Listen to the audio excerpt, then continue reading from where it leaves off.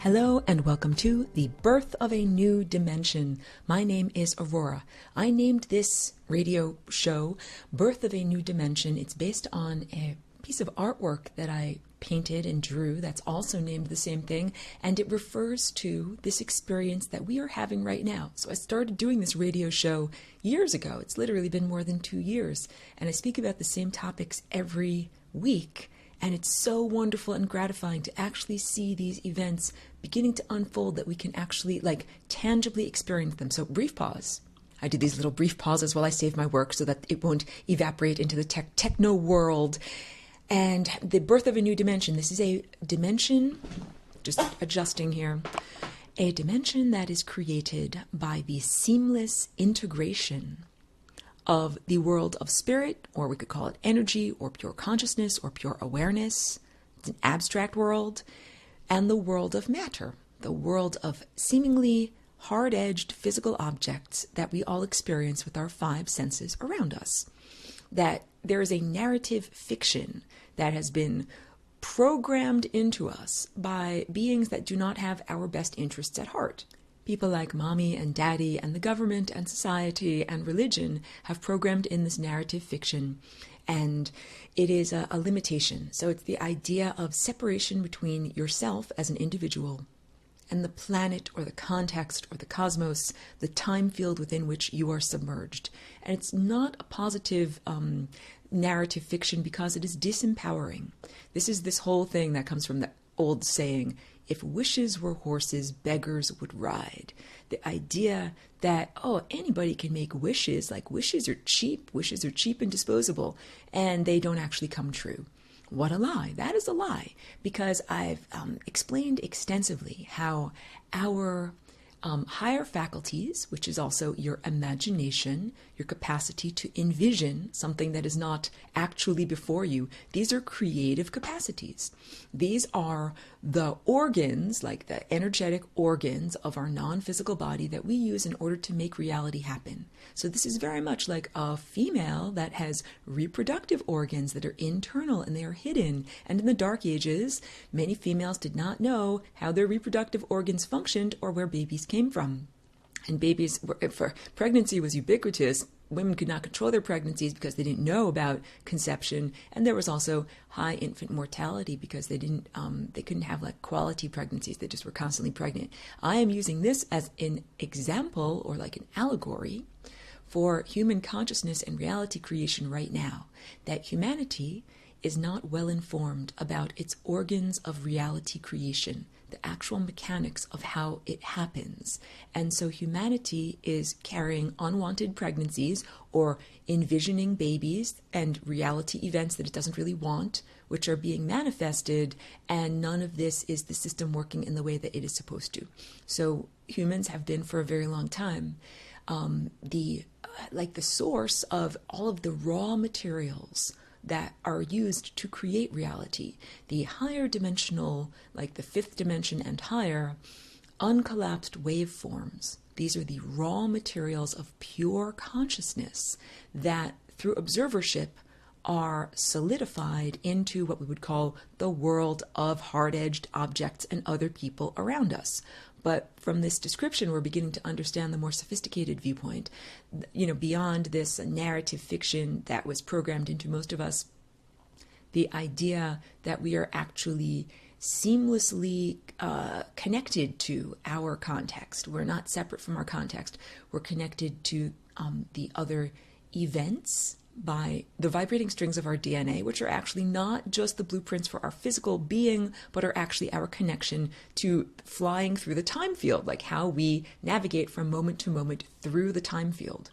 Our DNA also connects us to all of the other living organisms that also use DNA that are on the planet right now, and even to organisms that are not on the planet right now, because this is not a new concept to any of you. DNA connects you to previous generations, to the thoughts and experiences and belief systems of the ancestors. And DNA also is a connection to the future, the descendants, the things that will be made but aren't made yet. So this is down to the basic takeaway topic that I say all the time. You're not just swimming around in your own private kiddie pool. You're connected to all of these other organisms and all of this other consciousness. So we can get into different topics such as ethics. Like, if we're all connected, what are the ethics of interaction? Is it just like the world of the barbarian world, where to the victor go the spoils and only the strong shall survive? Or is it a different world that encompasses and embraces subtleties as well as brute force? Well, I'll tell you, it's the second one. It's not a barbarian world, because I like to also describe it like a symphony. And in the symphony, there are the very high piccolos and the very deep kettle drum and all of the instruments in between, and that's the way it's supposed to be. Or we could think of it like a body with cell specialization. In my body, my cells are specialized. My neurons act differently than my heart or my blood cells or my skin cells, and they're not interchangeable, but they all work together. So my skin cells don't fight for resources from my neurons. They actually share them together. So this is the idea of ethics. We are all submerged within this time field. We are all connected through the vibrating strings of our DNA. How do we act ethically towards one another? So part of it is being a good musician, like being musically literate and being able to perceive the structure. That's when I talk about music theory. We're talking about the structure of music. One brief pause. I'm over here by my piano, moving up. So music theory is the structure of notes. You can certainly create music spontaneously and intuitively, and that is very beautiful. However, when you get up to the high level of complex symphonic music, it's really wonderful to be able to read the symphony, to be able to read the musical score so that you know what's the next note coming up. Because is it a C? Is it a D? Is it an E? I don't know. What's the next note coming up? If you're numerically literate, you can tell. So if you are literate in reading the time field and being able to perceive events in time, then you will know what is the right action to take, the right word to say or not to say, the right place to put your physical body or not to put your physical body. Should you be standing or sitting or dancing like a flying rainbow lasagna? These are all of the questions of how should you act in the time field. So again, this comes down to eschewing or rejecting the idea of a external authority figure. Like humans have really been programmed up until this point to feel that they're unworthy of directing their own behavior, that they're so flawed and so pathetic and so inept that they can't possibly direct their own feet while they're doing their dance. That they're like, many humans feel such a low sense of self-esteem that they open themselves up to a supernatural entity, and they say, something bigger than me, come inside of me and make my life worthwhile. And I really have to take issue with that, because that was not the original intention. When our bodies were created, you were not created to be like some sad, pathetic, flawed, loser that doesn't know what to do unless there's some external God telling you what to do. That's not how you were created. So you were created with the higher faculties and the capacity to read the music of time. Right now on Earth's surface, people would say that's a superhuman ability. The capacity to see through time, people would say that's not normal. That's not something that just everybody does. But we were all born with the intention or with the potential to be able to see through time. That's like part of our basic reproductive organs. Like, how can you know where you're driving your car if you can't look out the front windshield? How can you know what type of reality you are gestating and creating and giving birth to if you cannot see through time? So now we're also beginning to understand. I've had some conversations recently with people who are wondering, is the chakra system inherently corrupt? Isn't an inherently limiting system? Should they just get rid, quote unquote, of their chakras? And I'm not a proponent of that, although I understand everybody wants to be free. And I'm here to be free myself and to foster freedom for all consciousness. So yes, I really desire to be free. I would not share an idea system, like a belief system that's like, oh, here's more bars on the cage for you. So that's like what I'm trying to say. When I first started learning music, I was very intuitive and I played by ear. And some songs I could not figure out, like what is being played there. I just couldn't figure it out. when I learned to read music, and I'm not an expert, but at least I'm more musically literate than I was in the beginning, now I can actually tell, wait, that's going to be a weird chord, like this. And now I can read the music and tell that's that weird chord like that. So instead of learning to read music, having that limit me and make me less of a good musician, I actually found, wow, that leveled the playing field. Now I can play some of these complex chords that only the, highly educated jazz musicians were able to play because they know all of these interesting, convoluted mathematical ways of putting together sound waves. And that was freeing for me. So in much the same, this is my intention of sharing this information, not to limit you, not to imprison you, but instead to give empowering information. Like in the Dark Ages, if you said to a woman, you know something, sexual intercourse leads to conception and that's why you're getting pregnant all the time, they would be like, wow, that thing that we do in the middle of the night is why I'm getting pregnant, because they literally didn't know that. They thought they got pregnant from like eating a bean or something like that sprouted in their stomach. So this is about making the reality that you wish to be a part of, because there are a lot of people right now that are living sad, mediocre lives instead of, happy, joyous, vibrant lives. And we are also in a human society that is not only corrupt, but it's totally mediocre. I use this example all the time. None of us beautiful humans that are here on Earth wish to live in a society where babies are born with brain cancer. Like, that is not a desirable world or level of reality, but that's the reality that we live in. Children also eat out of garbage piles. Like, there are some areas of the world that are so very impoverished that, the only source of resources and nourishment is literally a garbage heap, and little tiny children go there in order to try to scavenge what they need to stay alive. That's a really mediocre world. If we have the capacity with our higher faculties to create these raw materials of imagination, theoretically we can imagine anything.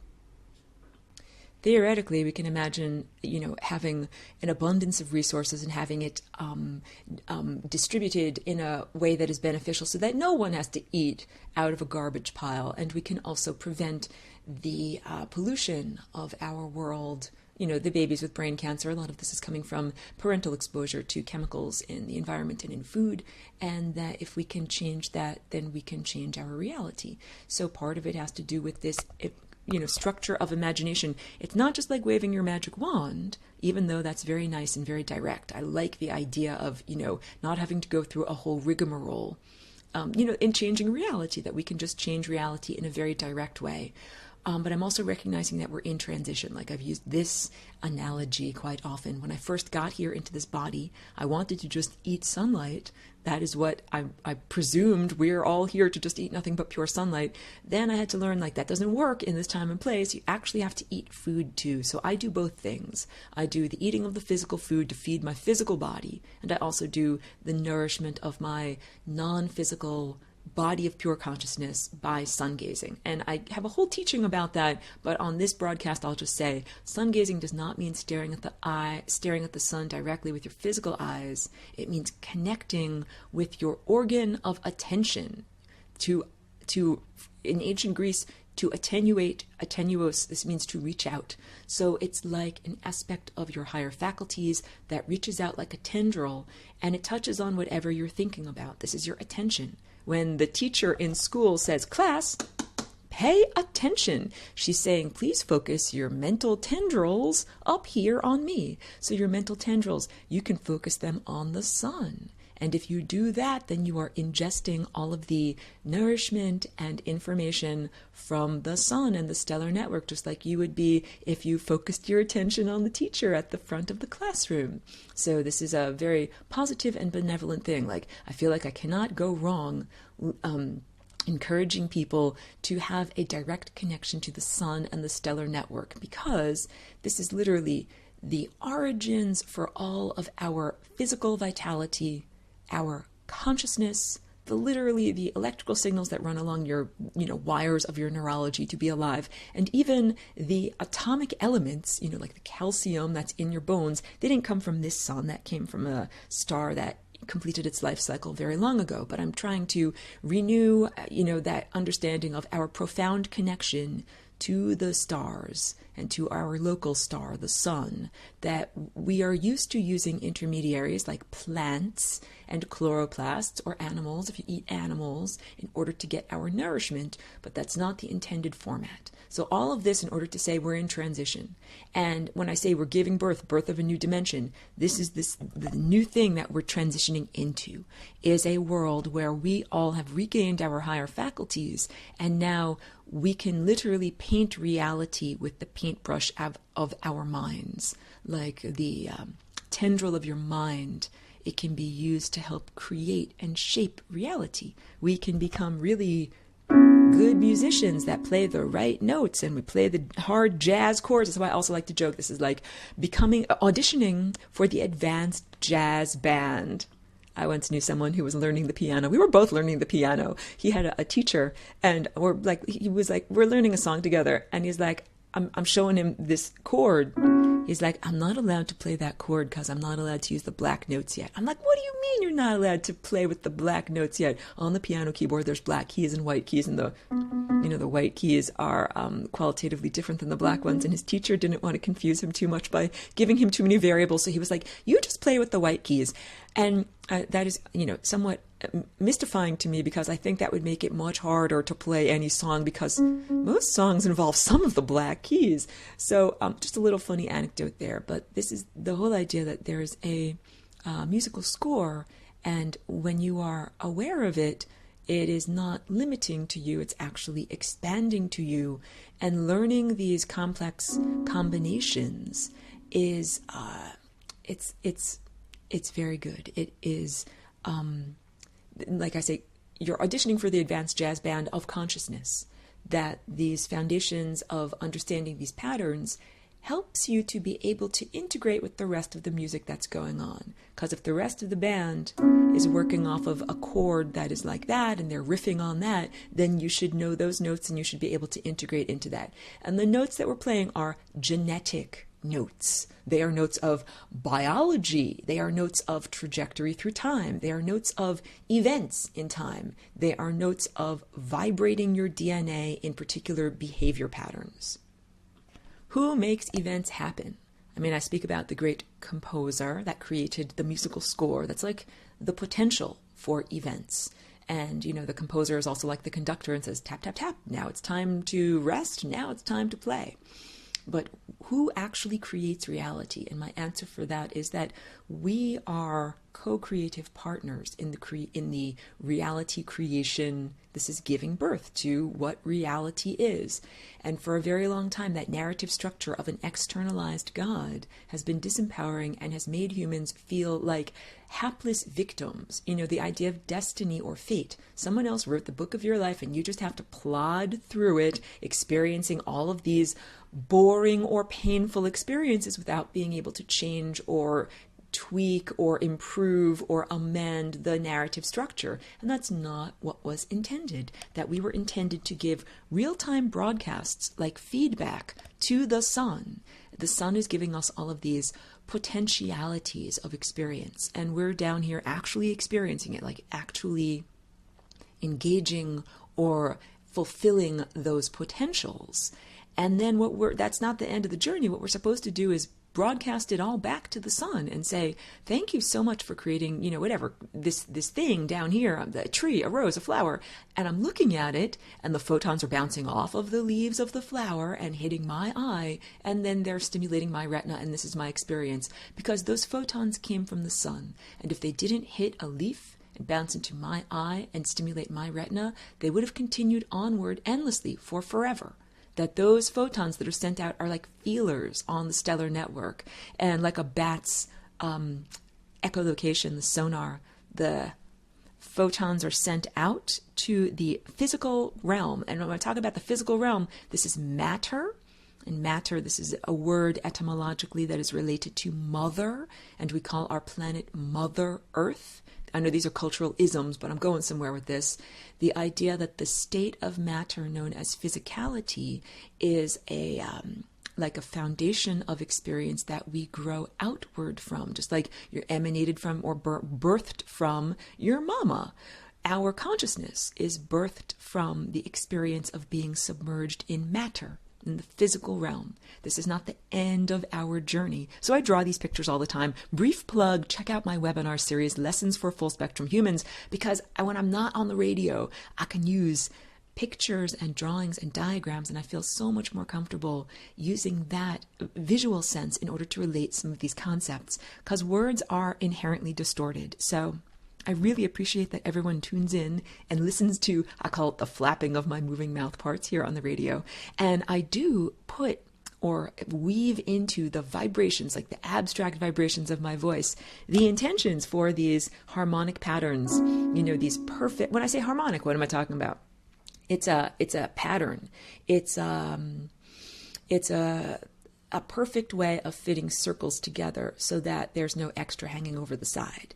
And you can see these patterns in my visual artwork, a little bit about my journey. When I first came here into this physical body, so it's a long story about what, caused the death of the previous occupant, why I am here as a walk-in, but the big takeaway is that I did not have math skills and was numerically illiterate for like the first couple of years that I was here. And I used my visual sense, like my sense of color and line and shape and form, in order to find a new way of doing math calculations. And so this is like what the higher dimensional world is like. I say this is not geometry that we're talking about, because geometry comes from geo and metric, meaning measuring the earth. We are talking about a language to describe the perception of a higher dimensional world that is not only the physical realm. It's like a 7-layer cake physical realm with a bunch of other layers also stacked up or sandwiched on top of that layer. So we're submerged in this world, this beautiful, the musical score of the cosmos. It's both visual and auditory. Like right now we have the senses of our eyes and our ears, so that's how we perceive it when it comes through our filter of perception. However, these are abstract vibrations. So there's a great pattern of abstract vibrations, and those vibrations are consciousness and they're time. And the harmonic patterns means that they fit together and make pretty music, as opposed to noise. And noise is death. Let's talk about the membranes of death. So in the drawings that I make, I always draw the time field, and the time field is shaped kind of like a circus tent that has a pointy top and sloped sides. And the sloped sides, these are flowing membranes, and I call it the flowing membrane of death. And that is the area that most timelines terminate on that membrane. If we looked at it from the top down, it would look like a bullseye. And only the very, very center of the bullseye is there room, like a tiny little gap, a tiny cubic centimeter of chance. That is where one timeline can get through. So there's only a tiny little gap in that membrane of death if we're looking at it from the top down.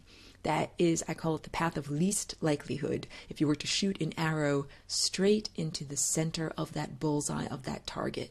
And that's what we were intended to experience. That is what, like, our great creator, composer, creator of our physical body intended for us to be emanated into this material world, our mother, and not to have to circulate endlessly, hitting the membrane of death, almost endlessly, until we finally hit the last place that is the exit out of here. Like, that's very inefficient. That's not the way it was designed. It's like your glasses are always in the last place you look for them because you stopped looking. This is like saying, before you get to be free and really be reconnected to the divine being that emanated you, first you have to be disconnected and experience so many deaths that it's almost uncountable. And those deaths that are experienced, those are like the distorted versions of your life. That core principle, that arrow that goes straight through the target, those aspects of your personality and events in your life are like the true you. And everything that diverges, the further you diverge from that central tent pole, the more distorted you get. So if you were meant to be, whatever, a great dancer, and that's part of the events on your central tent pole, peripheral versions of your life would include, contracting some horrible pathological virus disease when you're a little baby that necessitates chopping off your arms and legs. Because if you don't have arms and legs, how can you turn into the ballerina that you were meant to be on that core timeline? So again, in exploring our feelings for these peripheral versions of ourselves. It's not like they're all evil or malevolent or intentionally bad. It means that some of those versions of reality or combinations of events led to a structure where you could not fully express your real self, your true self, your real values. Having your limbs cut off is one example, or being imprisoned in some way, is another example. That if you were meant to be flying free and you were imprisoned, that those possible, realities or possible narrative structures, that those would be so insulting and so antithetical to who you are as your real core self, that's what death is. It is like saying you're playing notes that are so far away from the beautiful music that you're supposed to play. Instead of this, we're playing, and then it gets worse, and then it gets worse, and then finally you die. You die because the cells of your body are so askew, because every aspect of your consciousness is so far away from the timelines that we're actually supposed to be experiencing. So healing and rectifying the time field. The time field is a living presence. I often describe it as being if you could visualize a three-dimensional embroidery, loops of colorful thread that create a picture when you look at it in just the right way. But it's not dead or inert. It's not a quilt hanging on the wall or something like that. This is something that's alive. It has metabolism. That means energy has to flow through it at the proper rate for it to maintain its structure and its sense of self. And it's aware. It's an entity. It's alive. And we're a part of it. So just as we have red blood cells flowing through the veins and arteries of our larger superstructure body, so too are we, little tiny red blood cells flowing through the structures of time. These timelines are like the veins and arteries or circulatory system of a much larger being. And I'll do a little bit of this, even though I don't like to focus on it too much. The occupiers of the interstices. These are malevolent beings. They are malevolent because through their own misadventures, they have ended up stuck on the membrane of death, and without being able to run the operating system known as love. They cannot actually connect with and eat the wonderful abundance of love that they're being served all the time. It's like love banquet is flowing around them all the time, and they can't eat it and make good use of it. So what they do is hijack or siphon off energy from alive beings like you and I that do have access to love. Because when you're playing the right music, you're alive. I presume that my whole audience is alive. I presume that all of you are alive and you have bodies and no one's a zombie. That means you're playing the right music with your cells. You're drinking water and eating food and pooping it out at the end of the day. You're and breathing, and blood is flowing through your veins and arteries. You get to be alive. That's really different than beings that did not follow those, basic structures, and they're like this. I'm dead. They are dead. And because they are not good musicians, they did not make the cut. They did not make the audition. Not only are they bad musicians, they didn't make the audition, they smashed their guitar on stage. That is they destroyed their physical bodies. And their physical bodies were technological containers, not organic, biological, cellular containers like yours and mine. So they got stuck on the interstices, and they cannot eat love. And so they're like scavengers or parasites that take energy away from the beings that are alive. And they instead apply it to the time field in a way that distorts the time field. Because here, what's supposed to be like this? You're in the symphony, you audition, you get a biological body that's your instrument, and if you play it well, then you get to stay alive. And if you don't play it well, then you get to die. These are simple rules with no wiggle room, no negotiation. That's not what's supposed to be happening.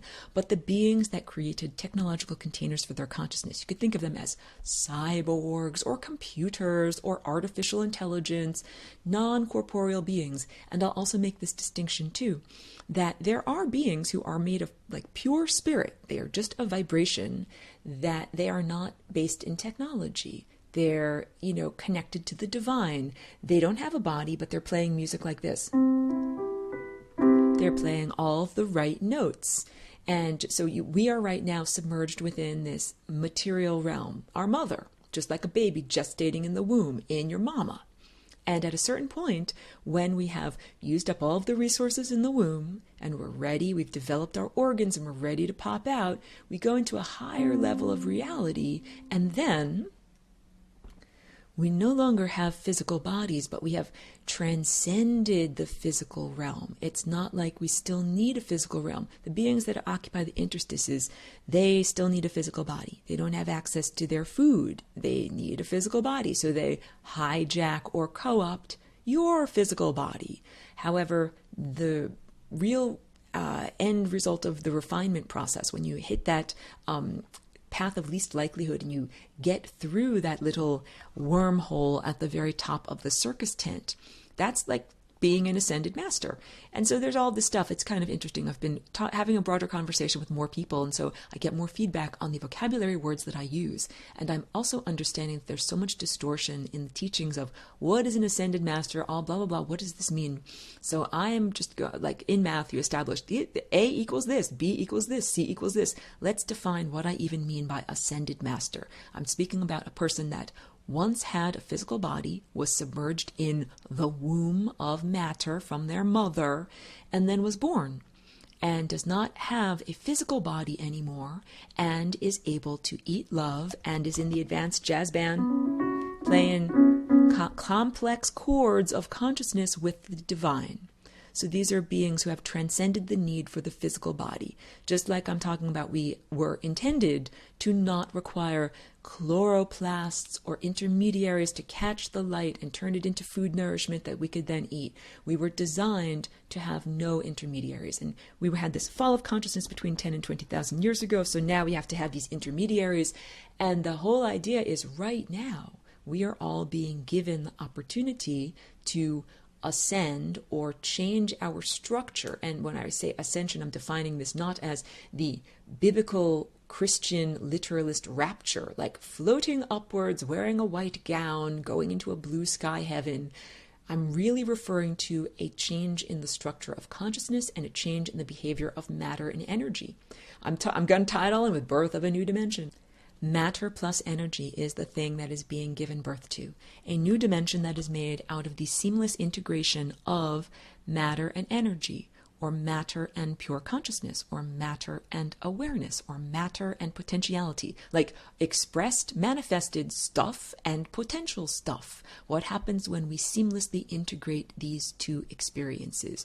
We get a whole new level of reality, and it's more like a waking dream. Because this narrative fiction says objects are objects. When you close your eyes and turn around, the desk is still there, the light is still there, the window is still there. It doesn't twist or distort or disappear because you're not looking at it anymore. That's like objective materialism tells us that. But when we get into studying quantum physics and the realizations of the early 20th century, get into more sophisticated viewpoints of reality, where we understand that the observer actually affects the world around oneself, and you actually have ovens in front of your eyes that are baking the dough of reality into bread that you can eat. And this is the creative act. This is like women having babies in the Dark Ages, didn't know where their babies came from. People today are popping out realities all the time, but they don't necessarily know consciously, where do these realities come from? How am I creating them? So a lot of realities are being created that are, no offense, very crappy. Like the babies born with brain cancer. That's a crappy reality. What if we all harnessed our creative capacities, our capacity to imagine, to envision, to pray, to ardently desire, and to have an orgasm? Oh my goodness, I'm going there. Like, I have a whole teaching about sexuality, and it's in the advanced class, and I don't always roll out these lessons. It's dependent upon the maturity levels of the people that I'm talking with, because I really understood in recording the materials that there's so much baggage or unhealthy sexuality programs, and this sexuality, this is like at the foundation level of, the physical connection to material world. How do you transfer consciousness into the physical world? Through sexuality, through the expression of creative life force energy in procreative sexual intercourse. And that's a big one. Babies come from sex. And reality and giving birth to reality is very similar. But I don't want you to be too literal in the sense of like, there's all of these unhealthy things when I bring up romantic partnership and procreative sex. There's all of these unhappy associations that pop up about entitlement and ownership and patriarchy and biology and whose role to do what in the gender specifying amidst the genders who does what and why. Like I'm trying to say, some things arise biologically. Like in the first year of life, yes, babies tend to bond more with their moms because their moms have breasts and they are the source of all of the nourishment that the baby is using. Like these are normal, natural, biological things to talk about. But there are other aspects of this that are about unhealthy romantic love and where babies come from in the human realm that have to be dropped by the wayside so that we can actually understand this.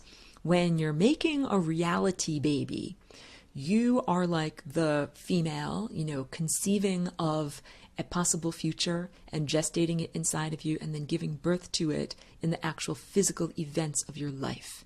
And the abstract presence of the divine would be considered your partner. And this is supposed to be a partnership of like equality, which is why when I bring up romantic love, like, oh my goodness, we have so much to heal about that. I'm bringing up the idea of the dark ages when women were not in control of their sexuality and their male partners simply said, you will have sex with me now, regardless of whether you want it and regardless of whether it's the right time in your cycle or anything like that. So in reality creation, humans have been similarly abused and treated poorly and kept in a disempowered situation by an overlord intermediary that is not the real God.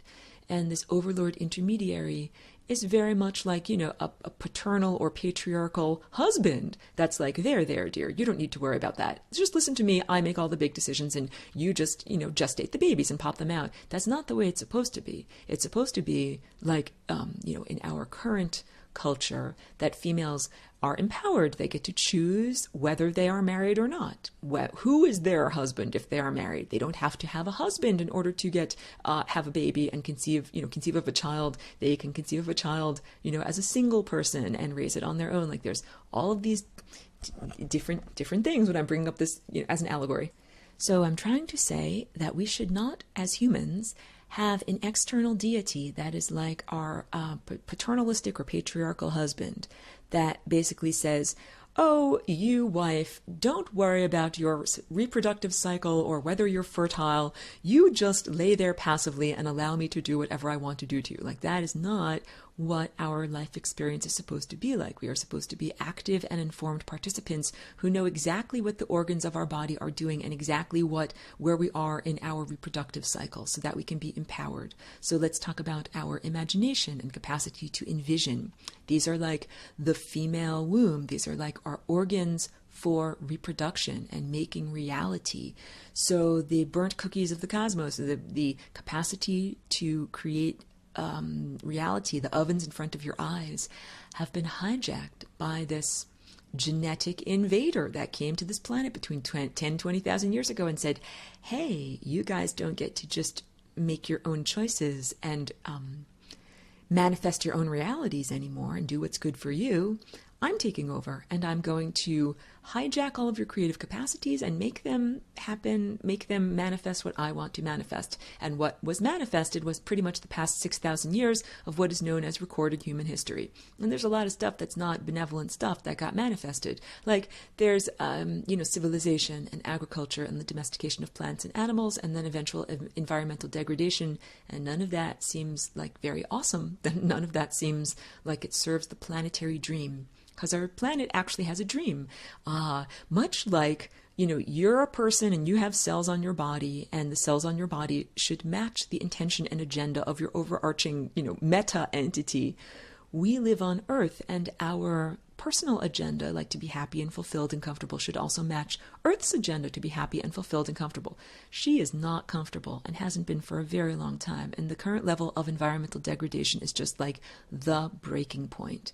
In terms of like Fukushima, unbridled, uncontrolled radiation coming into the oceans, there's also horrible atmospheric pollution with nanoparticles. And I say horrible so many times like that because it's intentional. This isn't even something that is like accidental, something that just tipped over and spilled, oops. These are planes or aircraft or exotic technology that are intentionally being deployed in order to intentionally poison our atmosphere. Like, it doesn't get any worse or more malevolent than that. And this is the level of reality creation that has happened from all of the higher faculties not being fully empowered. Like, something else is hijacking your higher faculties and creating this world. And I see people write, posts on social media or whatever, where they feel so helpless about the chemtrails. They're like looking at these lines in the sky, looking at the pollution happening, and they're saying, I don't want that to happen. Why is that happening? And the answer is because, in terms of reproduction, humans weren't in control of their partnership. They had to lay down in the marriage bed because their husband said it was time, and they ended up conceiving a baby that they didn't really want, and the baby's called chemtrails. We don't actually want to give birth to that reality. So now, how can we envision and conceive of a better reality and give birth to it? We're doing it right now. So a big part of this is education. Educate ladies about what leads to pregnancy, and then part of it is also social empowerment, because it doesn't help you if you live in the dark ages where it's male-dominated society and you're like, ooh, I've just learned about my ovaries and my eggs and my uterus. I know where I am in my cycle. If you're not socially empowered, then it doesn't matter if you say to your husband, not tonight, honey, because he's going to be like, that's too bad. I'm going to force you to do this anyway. So this is what we are experiencing on Earth right now. A lot of people are waking up to their powers of reality creation and learning about their higher faculties, their imagination, their connection to the divine, the spark of creativity, where life comes from, quantum observership. And we're not yet at that point of being totally socially empowered against these overlords or invaders of consciousness. The paternalistic husband that's like, I, married you as a child bride. You've never been free. I've always done what I want to do with you. There, dear, you're totally uneducated and illiterate, barefoot and pregnant and totally disempowered. Like, these are what the gods have done to humanity. And the gods, this is like the gods of Judeo-Christianity. I'm speaking about sub-deities, not the real abstract divine presence. That there are these imposters that portray themselves as the divine abstract God. That's who you're supposed to be in partnership with. Birth of a new dimension, the new dimension that we're giving birth to, is the end result of a loving, intercourse embrace, creative embrace between ourselves as embodied humans in the material world, like the world of Mother Earth and matter, and this abstract presence of the divine that is not embodied in the material world. And that's what I'm talking about, sending back real-time broadcasts and feedback about what our experience is like, so that then our experience can be changed and amended. So if you are concerned, if you look at chemtrails or see babies that have brain cancer, one of the things you can do is connect to the stellar network and tell that source of consciousness, this is what is going on down here. Because there's essentially like a big, a break in the broadcast. Like if we had a dead air on this radio show, if there was just suddenly no sounds for 5 minutes, you would be like, oh, I don't know what's going on. I'm not hearing anything. We could have anything going on during that break in the broadcast. It could be, violence or rape or murder or whatever. No one would know what's going on. That's what's happening with our break in the broadcast that we're supposed to send back to the sun and the stellar network. That in our original, intended format, we're meant to give real-time broadcasts, not just tell the sun what happens on the moment of our death. Like, oh, I lived for 22 years and then my car smashed into a brick wall and I died, and here's all of my life experiences. That's not what we're supposed to do. We're supposed to give real-time updates and tell the sun and the stellar network, here's what I've been doing. Hey, I'm rapidly approaching a brick wall, because that gives the sun and the stellar network an opportunity to create new realities. So this is all about birth of a new dimension, creating a new reality. The reality that we are giving birth to is one where there is a seamless integration between spirit and matter, or consciousness and matter. So no longer is there this imposter or intermediary standing between you and the real source of creativity. That imposter intermediary, that's the paternalistic husband that says, there, dear, don't think for yourself. Give me all of your sexual energy and I'll be happy to spend it for you on horrible projects like coal mining and, all of the things that none of us would say are like heavenly or desirable. No one's like, yes, when I envision my ideal heaven, there's a giant strip mine over in that landscape and they took down a mountain and now it's just a big giant pit that's polluting the water. That is not heavenly. And yet that is being created in this world. So then we can say, where did those ideas come from? Those ideas did not come from the divine source. They came from a distorted intermediary. The new dimension is a dimension where the physical matter, I describe that as like mother's womb. There's no distinction between that world and the world of pure spirit or essence or consciousness.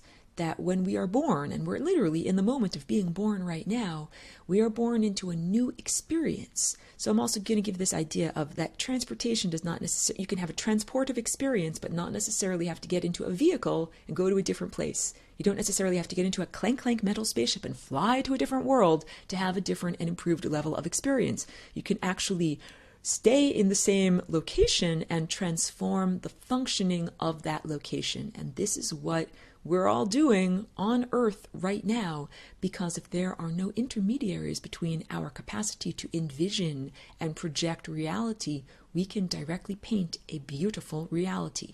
Now, I know that this might be bringing up alarm bells of skepticism for some people, where they're like, Aurora, that sounds like a load, that sounds like a crock, that sounds like that ain't real, like I can't believe in that. And let's say we're doing yoga of the perception or doing training exercises in the gym before we actually run the marathon. So I understand the breaking through the walls of skepticism. This is like we need to retrain. The yoga is like stretching the muscles. Training in the gym, this is like building new muscles of belief and perception that this is actually possible. So I'm reading wonderful anecdotes on social media the past couple of weeks about people that are having experiences of what they would describe as the Mandela effect, or overt experiences of their consciousness affecting reality.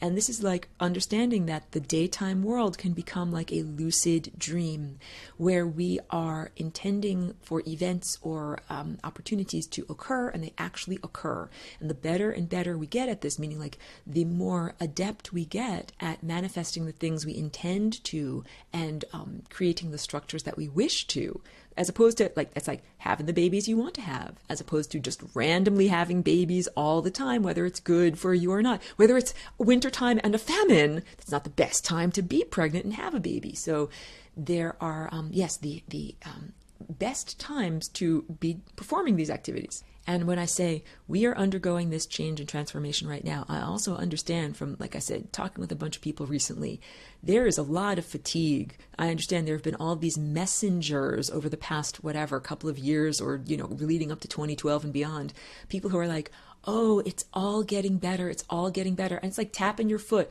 Like, is it getting better already? Because it's been 5 years. Like, I'm still having trouble paying my rent. I have to pay my electricity bill, blah, blah. I'm paraphrasing everybody's mind. All of these well-intentioned people that really want to see a new reality. And yet people are still struggling with their mortgages or babies with brain cancer or any of these mediocre levels of reality that we don't actually wish to be experiencing. I totally understand the fatigue. We've been going through labor pains, just like a woman giving birth. That labor can last 36 hours before the new baby and new reality actually happens. So take heart. What we've been experiencing the past 5 years or even longer, this has been like the contractions, the birth pains that are preparing all of us to emerge into a new reality. Here are some of the other things we've had to explore. Concepts of abundance, like how much do you need to feel abundant? Because when I first came here, like in 2001, this is like 16 years ago, everybody was interested in McMansions and Hummers, the Humvees, big giant gas guzzling cars, big giant energy inefficient, cheaply produced mansions that have a giant foyer, a giant great room that's 4 stories tall, impractical, unwieldy houses. And then I've watched human society transform, and now people are interested in efficient electric vehicles and tiny houses, tiny efficient houses that come with their own integrated solar panels that can be easily towed on like a little trailer to get to where you want to go. This is a change in the idea of what we think is great, how we think is a good way to live. This is like part of the journey or the transformation process, that it's not, if we could just use the paintbrush of our imagination to imagine anything that we wanted, maybe we wouldn't imagine a world that is populated entirely by McMansions where everybody drives their Humvee everywhere. I don't think that would be heaven to me. In fact, I would envision a world that is structured so that we have to do much less driving and we get to do a lot more walking and biking. In fact, if we really think about this, think about the things that humans do in this society right now that are considered recreational. Like, what do you do on the weekend? People go for bike rides with their families. People go for hikes in the woods. People go for walks. People go fishing. People work in their gardens. It's amazing that these non-structured activities without a taskmaster are considered to be, fun and recreational.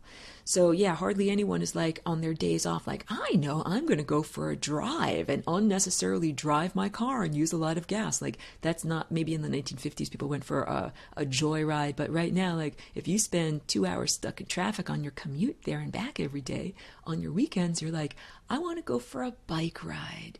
So in using the paintbrushes of our mind to create an ideal world, like, something, I'm out here in California, oh my goodness, I'm part of this industrialized car culture. I literally drive my car to the gym so I can do physical exercise at the gym, like if it's raining and horrible or whatever.